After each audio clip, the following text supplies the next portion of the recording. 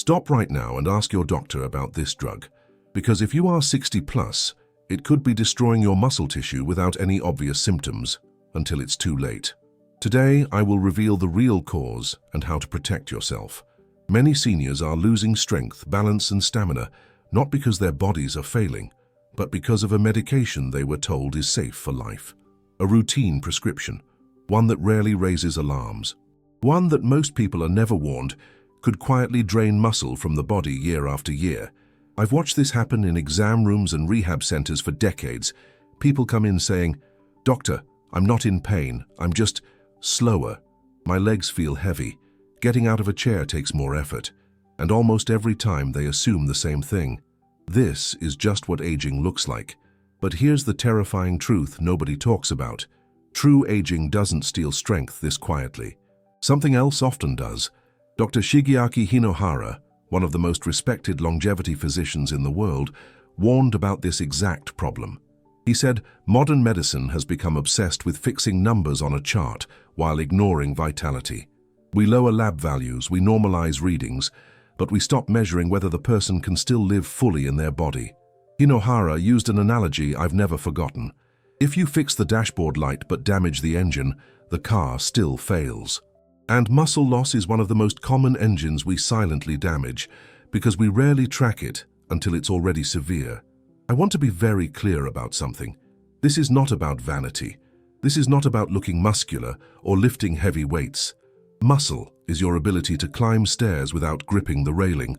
It's your balance when you turn quickly. It's whether you can stand up from a chair without rocking forward or using your hands. Muscle is not cosmetic. It is identity. It is independence. Dr. Peter Attia, who studies longevity and aging physiology, calls muscle a longevity organ. And he's right. Muscle regulates blood sugar, protects joints, stabilizes posture, and acts as a metabolic reserve when illness strikes. Anything that quietly erodes muscle accelerates frailty, even if everything else on paper looks controlled. So let me set expectations properly. This is not a panic message. I am not telling you to fear your medications. I am telling you to recognize a predictable pattern that medicine often overlooks, and one that, in many cases, can be reversed once it's identified. In this video, we're going to walk through 4 critical insights. Each one builds on the last, and by the end, you'll know exactly what to consider and what to ask before your next prescription refill. There is a quiet assumption built into modern medicine that almost no one questions. If a drug is common, widely prescribed and taken for years without immediate drama, it must be harmless. Familiar, settled science. That assumption is where the trap begins. In clinical practice, long-term prescriptions are often treated like background noise. They fade into the scenery of a person's life. Blood pressure looks acceptable. Cholesterol numbers behave. No sharp complaints, no red flags. And because nothing dramatic happens all at once, no one connects the slow physical decline to the pill that has been part of the morning routine for a decade. Certain cholesterol-lowering drugs, especially statins, have a very specific effect on muscle that is easy to miss. They interfere with mitochondrial energy production inside muscle cells by reducing levels of CoQ10. Mitochondria are the engines inside every muscle fiber. They convert fuel into usable energy. When that system is compromised, the muscle doesn't fail outright. It underperforms. This is why the damage often goes unnoticed. Muscles function like hybrid engines.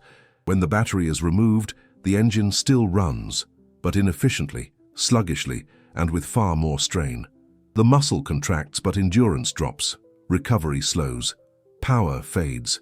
Not enough to cause pain, just enough to change how the body moves through the day. That is why so many people never report a side effect. Ellen is a good example. She never felt soreness, no cramps, no sharp warning signs. What she noticed was that her walking pace slowed. Her legs felt heavier by mid-afternoon. She began avoiding longer outings without realizing why. Each change was subtle, easy to explain away as age, but together they formed a pattern that wasn't aging at all. It was energy starvation inside the muscle. This is where the system often fails seniors. Muscle symptoms without pain are rarely flagged. Fatigue is normalized. Heaviness is dismissed. A slower gait is accepted as inevitable. By the time muscle loss is obvious, the underlying cause has been active for years. There is a narrow window where this can be recognized early, but it requires awareness, fatigue without exertion, a sense that legs no longer respond the way they used to, a measurable slowdown in walking speed. These changes matter, even when nothing hurts. Objective markers can help clarify the picture. Baseline creatine kinase levels can reveal ongoing muscle stress. Vitamin D status influences muscle resilience and repair. When these are never checked, the body absorbs the cost silently. This is how something labeled safe for years quietly alters strength without ever raising an alarm. One of the most persistent assumptions in medicine is that side effects behave the same way at every age. If a person tolerated a drug well at 50, the thinking goes, there is no reason they shouldn't tolerate it just as well at 70. Biology does not agree with that assumption. After the age of 60, the body's internal buffering systems change in ways that are subtle but profound. Muscle regeneration slows. The satellite cells responsible for repair respond less aggressively to stress. At the same time, liver clearance becomes less efficient, meaning drugs remain active in the bloodstream longer. The end result is higher cumulative exposure of muscle tissue to the same dose that once caused no noticeable issue. The muscle is not weaker because it is defective. It is more vulnerable because recovery is slower and exposure is prolonged. Aging muscle behaves much like dry soil. When moisture or chemicals hit it, absorption happens quickly, but resilience is reduced. Damage does not bounce back the way it once did. Instead, small insults accumulate. Each one is minor on its own. Together they reshape strength over time. This explains a pattern that appears again and again. A medication seems uneventful for years. Then, somewhere in the late 60s or early 70s, strength begins to decline without a clear trigger. There is no injury, no change in routine, no illness that explains the shift. Tom's experience reflects this pattern. He had taken the same cholesterol-lowering drug since his mid-50s, with no obvious trouble. At 72, his thigh strength began to fade rapidly. Standing from low chairs became awkward. Walking uphill felt unfamiliar. Nothing in his blood work looked alarming, yet the decline was real. This age-related vulnerability is rarely discussed during routine visits. Prescriptions are renewed automatically. Tolerance is assumed based on past history rather than current physiology. But aging is not static. The body you have at 72 is not the body you had at 55, even if the dosage is identical. Medication review takes on a different meaning later in life. The question is no longer just whether a drug controls a lab value. It becomes whether it interacts with muscle, energy systems, and recovery capacity in a body that is changing year by year. When this shift is overlooked, muscle loss is often misclassified as just aging, and the true contributor remains hidden in plain sight. If this is helping you understand why strength fades when numbers look fine, subscribe to the channel. These are the conversations about aging and muscle most people never hear until it's too late. For decades, cholesterol has been treated as a single-direction threat. Lower has been framed as safer, cleaner, more responsible. A falling number is praised as progress, often without a second thought. When the lab report improves, the conversation frequently stops there, as if the story of health has been fully told by a single column on a page. But the human body does not operate on isolated numbers. It operates on balance. Cholesterol is not an invader. It is a foundational substance. Every cell membrane depends on it to maintain structure and flexibility. Hormones are built from it. Nerve signaling relies on it. And muscle tissue, which is constantly breaking down and rebuilding even during rest, uses cholesterol as part of its repair machinery. When levels are pushed too low, the body does not adapt without consequence. It compensates, and compensation always has a cost. A helpful way to think about cholesterol is as the mortar between bricks. Too much mortar can stiffen a structure and restrict movement. Too little, and the wall begins to weaken under pressure. Muscles are exposed to pressure every time you stand, walk, or change direction. When the materials needed for repair are in short supply, muscle fibers recover more slowly and less completely. Over time, this incomplete repair translates into weakness. This is where a subtle but important disconnect appears. Laboratory results may look ideal. Risk calculators may show improvement. Yet the person behind those numbers notices something different. Stairs feel steeper than they used to. Getting up from the floor requires more planning. Fatigue arrives sooner and lingers longer. These are not dramatic failures, they are quiet signals. Medicine is very good at tracking biochemical targets. It is far less attentive to functional decline unless it becomes severe. Walking speed, grip strength, and balance are rarely charted with the same seriousness as cholesterol levels. As a result, a person can be labeled well-controlled while steadily losing physical capacity. Later in life, this imbalance becomes more pronounced. Muscle tissue becomes less forgiving. Hormonal support declines. Protein synthesis slows. In this environment, aggressive suppression of cholesterol can tip the scales. What once offered protection may begin to interfere with the body's ability to maintain strength and resilience. The change is not sudden. It unfolds gradually, making it easy to miss and even easier to misattribute to age itself. Many older adults describe the same pattern. Blood work improves year after year. Doctors express satisfaction. Meanwhile, daily movements become more demanding. The body requires longer to recover from activities that were once routine. These experiences are often minimized because they do not fit neatly into a diagnostic category. They are real, nonetheless. The problem is not cholesterol management itself. It is the assumption that lower is always better, regardless of context.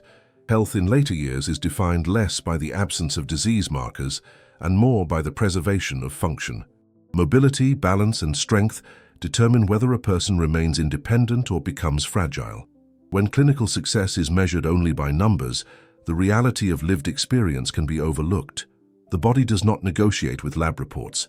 It responds to what it has available to work with.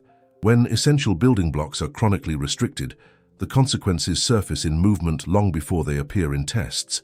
This is why mobility often tells a truer story than cholesterol alone. The body communicates through function. When that message is ignored, the cost is paid quietly, in weakening muscles and shrinking capacity, long before anyone acknowledges that something is wrong. One of the most dangerous misunderstandings around long-term medication and muscle loss lives at the extremes. On one side is the impulse to stop everything suddenly out of fear. On the other is complete dismissal of symptoms because nothing appears urgent. Both paths create unnecessary risk, especially later in life. The body does not respond well to abrupt changes. Systems that have been chemically supported or suppressed over long periods adapt to that environment. When a drug that influences cholesterol metabolism is withdrawn suddenly, the cardiovascular system can react unpredictably. At the same time, staying on the same regimen without addressing muscle impact allows a slow, steady erosion of strength to continue unchecked. This is not a situation that calls for slamming the brakes. It is closer to steering a vehicle that has drifted slightly out of alignment. Small, deliberate adjustments matter far more than dramatic moves. Inside the body, multiple processes are balancing each other at once. Cholesterol regulation, muscle energy production, hormonal signaling, and vascular stability are interconnected. When one variable changes too quickly, the others struggle to adapt. That strain often shows up not as pain, but as instability, fatigue, weakness, or reduced tolerance for physical effort. This is why sudden withdrawal can increase cardiovascular risk. The system is unprepared for the abrupt shift. At the same time, leaving everything unchanged when muscle symptoms are clearly evolving places continued stress on tissue that is already struggling to regenerate efficiently. Neither extreme respects how aging physiology actually works. Clinical experience shows a different pattern when adjustments are measured rather than abrupt. When changes are introduced gradually and monitored, muscle strength often stabilizes, energy begins to return, decline slows or stops. These outcomes are not dramatic, but they are meaningful. They preserve independence. This stabilization does not happen overnight. Muscle responds on a slower timeline than lab values. Weeks, not days, are required to observe changes in strength and endurance. This delay can be misleading, causing people to assume nothing is happening. In reality, the tissue is recalibrating. There are ways muscle stress can be reduced without abandoning cardiovascular protection. Dosing patterns can be modified. Exposure can be spread out. Support for mitochondrial function can be introduced to address the energy deficit that underlies much of the weakness. CoQ10 in particular plays a role in restoring some of the cellular energy capacity that is often diminished. When muscle performance is reassessed after a period of adjustment, the picture often becomes clearer. Strength plateaus instead of declining. Daily movement feels less effortful. These changes confirm that the issue was not imaginary and not inevitable. The most important point is this: muscle loss associated with medication is rarely an emergency, but it is a signal. A signal that the current approach may be solving one problem while quietly creating another. Recognizing that signal allows for thoughtful correction rather than reaction. Aging does not demand extremes, it demands precision. When that principle is respected, both safety and strength can coexist. At the end of his career, Dr. Shigeaki Hinohara often reminded colleagues that longevity is not measured by how long treatment continues, but by how well function is preserved. Extending life without protecting strength, balance, and independence was never his definition of good medicine. His warning remains relevant today, especially when muscle loss is quietly dismissed as an unavoidable part of aging. Hinohara captured this problem with a simple observation: medicine should help you live better, not quietly take pieces away. Muscle is one of those pieces. It rarely disappears all at once. It fades gradually without pain or alarm until daily movements begin to feel unfamiliar. By the time weakness is obvious, independence has often already been compromised. This is why muscle must be viewed as more than tissue. It is function. It is stability. It is the reserve that allows the body to recover from illness, maintain balance, and move confidently through daily life. As Dr. Peter Attia emphasizes, muscle behaves like a longevity organ. It shapes how aging unfolds rather than simply reflecting it. Medication-related muscle loss is particularly difficult to recognize because it hides behind good intentions. Prescriptions are meant to reduce risk and extend life, and many succeed in doing so. But when side effects are subtle and cumulative, they are easily mislabeled as just getting older. Strength is lost not because it had to be, but because no one was paying attention to function. The reassuring reality is that this pattern is often manageable once it is recognized. Many older adults experience stabilization or improvement in strength when muscle impact is acknowledged and addressed thoughtfully. Energy returns. Movement feels more reliable. The body reveals that it was never failing. It was adapting. Muscle loss is not always aging. Sometimes it is information. When that signal is respected, longevity becomes about preserving life, not just prolonging it.